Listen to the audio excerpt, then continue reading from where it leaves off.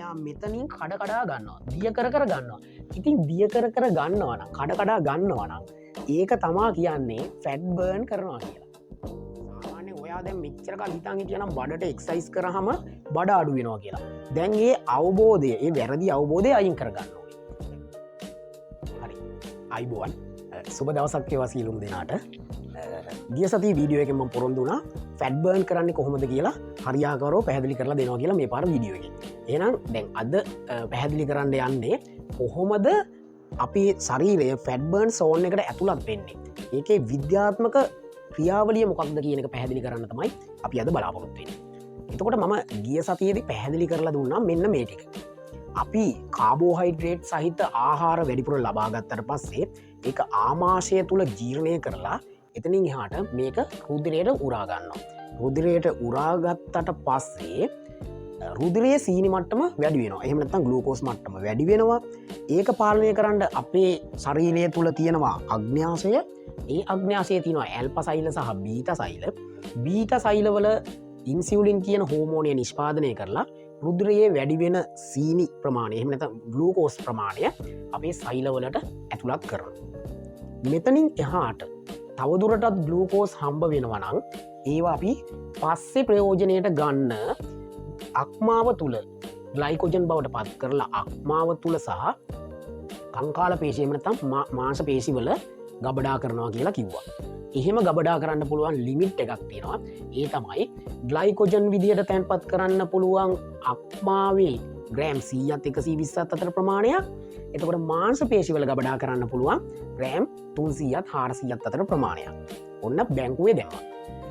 එතනින් එහාට හම්බ වෙන හැම ග්ලූකෝස් අණුවක්ම අපි ස්ථාවර තැන්පතු දානවා. කොහෙද? මේ තියෙන්නේ මෙන්න මෙතන. ඒ කියන්නේ සබ්ස්කියුටේනියස් ෆැට් එක බවට පත් කරලා අපි රෙක්ටස් ඇබ්ඩොමිනල් මසල් එක එහෙම නැත්නම් සික්ස් පැක් මසල් එකට උඩින් හැමට යටින් අපි මේක තැන්පත් කරගන්නවා. දැන් එතකොට අපේ උදරය හැදුනේ ওই විදිහට කියලා අපි කතා කරා.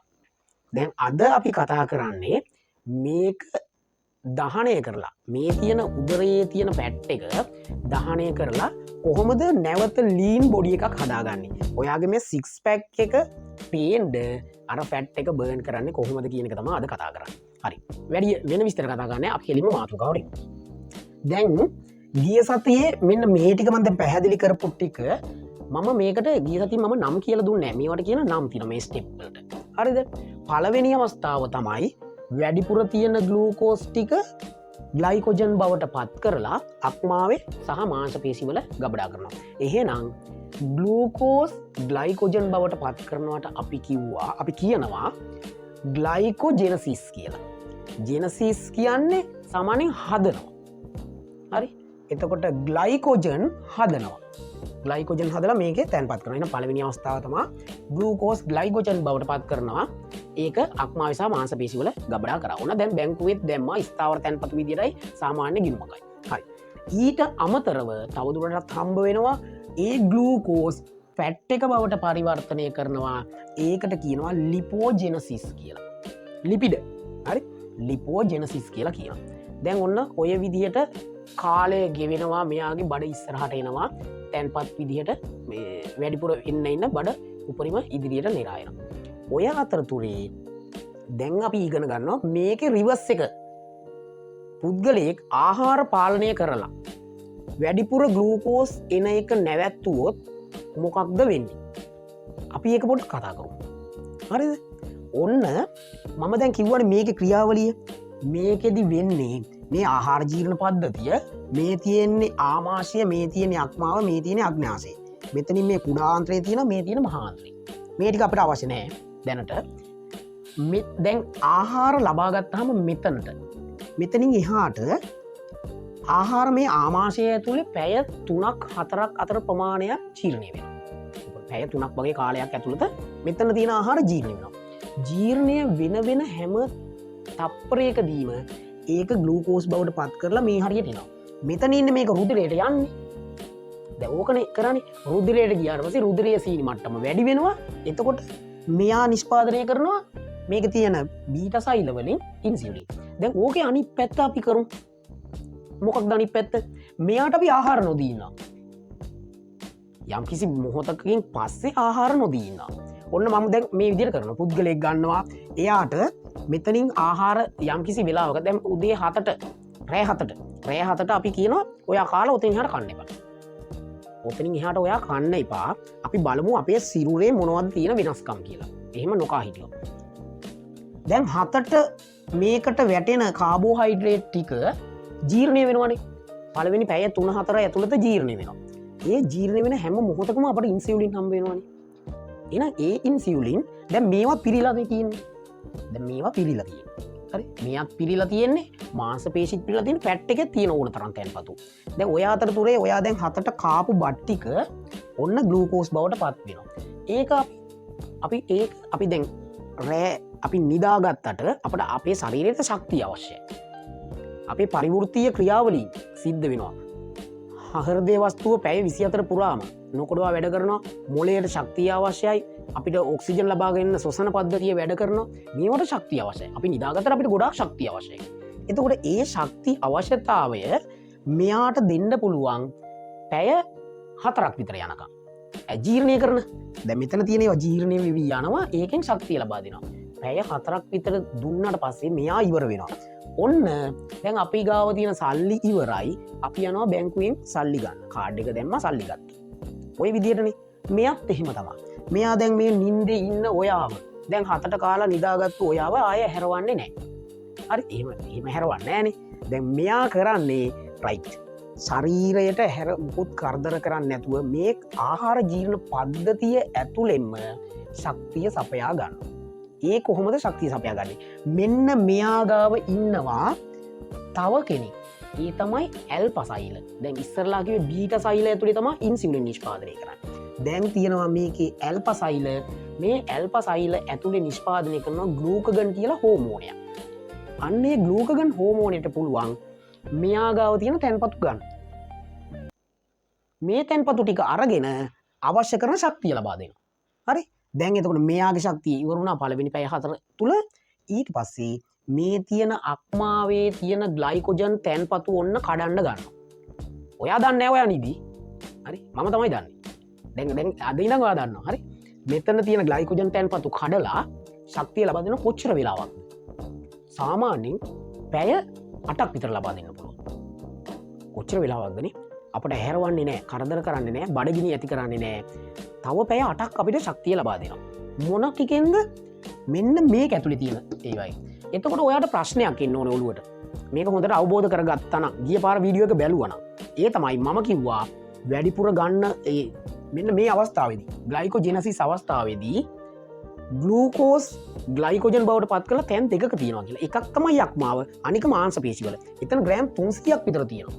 හැබැයි මොනම හේතුවකටවත් මතක තියාගන්න මාංශ පේශි ඇතුලේ තියෙන මේ මාංශ පේශි ඇතුලේ තියෙන ග්ලූකෝස් අපිට දෙන්නේ මොළයට සහ හෘදය වස්තුවට අවශ්‍ය ශක්තිය ලබා දෙන්න. එයා හරි ආත්මාර්ථකාමී. ඒකින්ද අපිට මේ ග්‍රෑම් 300 400 ගැන හිතන්න බෑ. ඒක මාංශ පේශි වලටම ඕනේ ශක්තිය ලබා ගන්න විතරයි තියෙන්නේ. එහෙනම් දැන් කරන්න දෙයක් නැහැනේ. පළවෙනි පැය 8 එතනින් එහාට දැන් පළවෙනි පැය 4 මේකේ තියෙන ශක්තිය ලබා දුන්නා. දෙවනි පැය 8 තුලදී මෙන්න මෙතනින් ශක්තිය ලබා දෙනවා. දැන් ඉවරයි. දැන් මොකද කරන්නේ? ඊළඟට මම කිව්වා ඔයාගේ ඔය මේ ඉදිරියට නෙරා ඇති බඩට තවනවා. මොකක්ද? ප්‍රයෝජනෙට නොගත් ශක්තිය. එහෙනම් ඉතින් ප්‍රයෝජනෙට නොගත් ශක්තිය දැන් මතක් වෙනවා මේ ග්ලූකගන් වලට රයිට් තව පොට් එකක තියෙනවා. අන්න එතෙන්ට අපි යන් කියලා. එහෙනම් මෙයා කරන්නේ මේ ග්ලූකගන් හෝමෝනය කරන්නේ මෙතෙන්ට ගිහිල්ලා මෙන්න මෙතන තියෙන පැට් එක ඕන තරම් තියෙනවා කඩ කඩා අපි ශක්තිය ගමු. ශක්තිය ගන්න පුළුවන් වෙලාවක් තියෙනවා. පළවෙනි පැය 4ක් 5ක් වගේ කාලයක් ගොඩක් දුරට සාමාන්‍ය පුද්ගලයෙකුට ඒ කියන්නේ අපි දැන් ලොකු පුහුණුවක් කරන්නේ නැතුව සාමාන්‍ය පුද්ගලයෙකුට පැය 4ක් 5ක් අතර කාල සීමාවක් මෙන්න මෙතනින් ශක්තිය ලබා ගන්න පුළුවන්. එහෙනම් දැන් අපට ඕනේ කරන්නේ මෙතනින් ශක්තිය ලබා ගන්නනේ. මෙතනින් ශක්තිය ලබා ගන්න. දැන් පොතේ තියෙන සල්ලි ගන්න ඒකේ තියෙන තැන්පතුව මොකද්ද වෙන්නේ? අඩු වෙනවනේ. තැන්පතුව අඩු වෙනවා. 0 වෙනකම් ගන්න පුළුවන්. මේකෙත් එහෙම තමයි. ශක්තිය මෙහෙන් ගන්න බැරි වෙන්න මෙයා මෙතනින් කඩ කඩා ගන්නවා. දිය කර ගන්නවා. ඉතින් දිය කර ගන්නවා නම් කඩ කඩා ගන්නවා නම් ඒක තමයි කියන්නේ ෆැට් බර්න් කරනවා කියලා. හරි දැන් ඔයා අමතර ව්‍යායාම කරාද නැහැනේ එහෙනම් මේක කරගණ්ඩ ටිකක් අමාරු මේක කරගණ්ඩ ඔයා ලොකු විනයක් ඇතුව හැසිරෙන්න්න ඕනේ විශේෂයෙන් ආහාර සමඟ කට පාලනය කරගෙන ඉන්න ඕනේ එහෙම හිටියොතුන් ඔයාට පුළුවන් ඇතුල් වෙන්න මෙන්න මේ සෝන් එකට ෆැඩ්බර්න් සෝන් එකට ඇතුල් වෙන්ඩ එහෙනම් ඔච්චර වෙලාවක් යනවා දැම් පලවෙනි පැය හත්තර මෙතනින් ඊළඟ පැය අට මෙතනින් එනම් පැය 12ක් යනවා අතින්ට ඇතුල් වෙන්න දැන් ඔයා අතරතුරේ දැන් උදේ 7 විතර වෙනවා කියන්නකෝ දැන් රැයට 7ට කාලා ඔයා උදේ 7 විතර වෙනකොට තමයි දැන් ෆැට්බර්න් සෝන් එකට ඇතුල් වෙන්නේ ඔය අතරතුරේ ඔයා යම්කිසි අඩු ගන්න තේ එකක් හරි බිව්වොත් අපිට කිරි එකක් බොනවා කියලා එහෙම බිව්වොත් මොකද වෙන්නේ නැවත වාරයක් ආමාශයට වැටෙනවා මේකේ තියෙන දැන් කිරි එකක් ගත්ත කියනෝ ඔන්න කිරි එක ආව මෙතෙන්ට මෙතනින් ආපහු ග්ලූකෝස් හදනවානේ මෙතෙන්ට වැඩිච්ච ගමන් කරන්නේ ග්ලූකෝස් හදන එක දැන් ග්ලූකෝස් ආපහු යනවා මෙතනින් රුධිර නාලවල රුධිරයට ලබා දෙනවා රුධිරෙන් සෛල වලට ලබා දෙනවා කිසි ප්‍රශ්නයක් නැහැ මෙන්න මෙතෙන්ට කවදාවත් ඇතුල් වෙන්න බෑ ඕක තමයි ඔයාට වෙලා තියෙන්නේ ඔයා පාලනය කරගෙන ඉන්නේ යම්කිසි වෙලාවක් විතරයි හැබැයි ඔයා දැනගෙන හිටියේ නෑ මෙතනින් එහාට මෙයා ගාවට යන්න නම් කොච්චර වෙලාවක් ඉන්න ඕනේද කියලා දැන් අද දන්නවා අද ඉඳන් ඔයාට මේක ගැන අවබෝධයක් තියෙනවා එන අවබෝධයෙන් ෆාස්ටිං කරන්න පුළුවන් හරි එහෙනම් ප්‍රධාන උපදේශය තමයි ෆැට්බර්න් සෝන් එකට ඇතුළත් වෙන අවස්ථාවේ කිසිම වෙලාවක ආහාර ගන්න එපා. මේ කාලය තුල ආහාර ගත්ත ගමන් මෙතෙන්ට යන්නේ නැහැ. ඊළඟට මේකේ නම් දෙක කියන්න බැරි වුණා. මෙයාව කඩලා ශක්තිය බවට පත් කරනවා. මෙයාගේ තියෙන්නේ ග්ලයිකෝජන් ග්ලූකෝස් බවට පත් කරන එකට අපි කියනවා ග්ලයිකෝජිනෝලයිසිස්. ඒක අපිට වැඩක් නැහැ. ඒකෙන් අපිට ඇති වැඩක් නැහැනේ. හැබැයි අපිට වැදගත් මෙයාව කඩන එක. මෙයාව කඩලා මේ ෆැට් එක කඩලා ග්ලූකෝස් බවට පත් කරන එකට අපි කියනවා ලිපෝලයිසිස් කියලා. මෙතනදී ලිපෝලයිසිස් ක්‍රියාවලියෙන් අපට ග්ලූකෝස් එකපාර හදන්න බැහැ. එතකොට මෙතන තියෙන්නේ ට්‍රයිග්ලිසරයිඩ් මේක කඩනවා මේද අම්ල සහ ග්ලිසරෝල් බවට ඒක නැවත වෙනත් ක්‍රියාවලියක් ඔස්සේ ග්ලූකෝස් බවට පරිවර්තනය කරනවා. අපිට ඒක වැඩක් නැහැනේ. අපිට දැන් මේක මම නම් ඉගෙන ගන්න ඕන හින්දා මේ ටික කියන්නේ.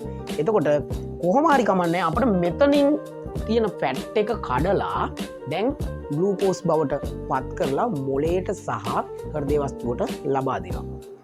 මේක අපිට දවස් ගාණක් එක දිගට කරන්න පුළුවන් වුණොත් ඔයාගේ මේ තියෙන ෆැට් එක බර්න් වෙනවා නොදැනුවත්වම.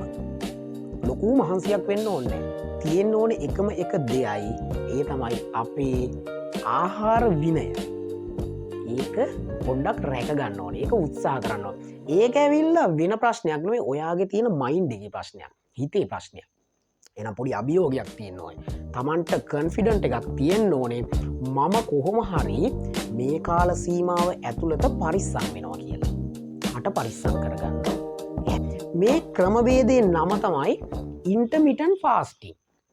පැය 16ක් निराහාරව ඉන්නවා පැය 8ක් ආහාර ලබා ගන්න. ඒ කියන්නේ පැය 8ක කාල සීමාව ඇතුළත තුල ආහාර අරන් ඉවර කරනවා. පැය 16ක් निराහාරව ඉන්නවා.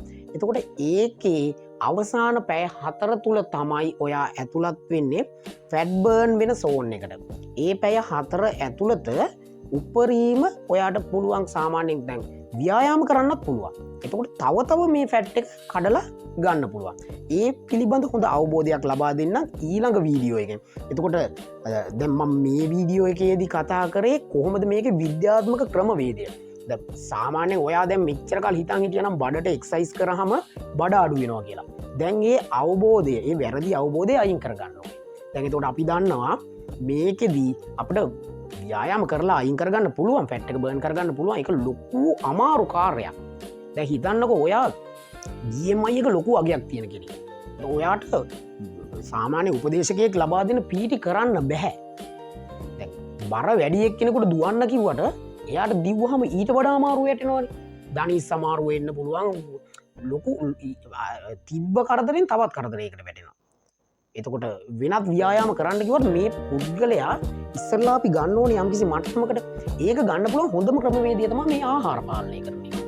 එතකොට ආහාර පාලනය කරන්නේ කොහොමද කියන එක, ඉන්ටර්මිටන්ට් ෆාස්ටිං එක කොහොමද කරන්නේ කියන එක පැහැදිලිවම ඊළඟ වීඩියෝ එකෙන් අරගෙන එන්නම්.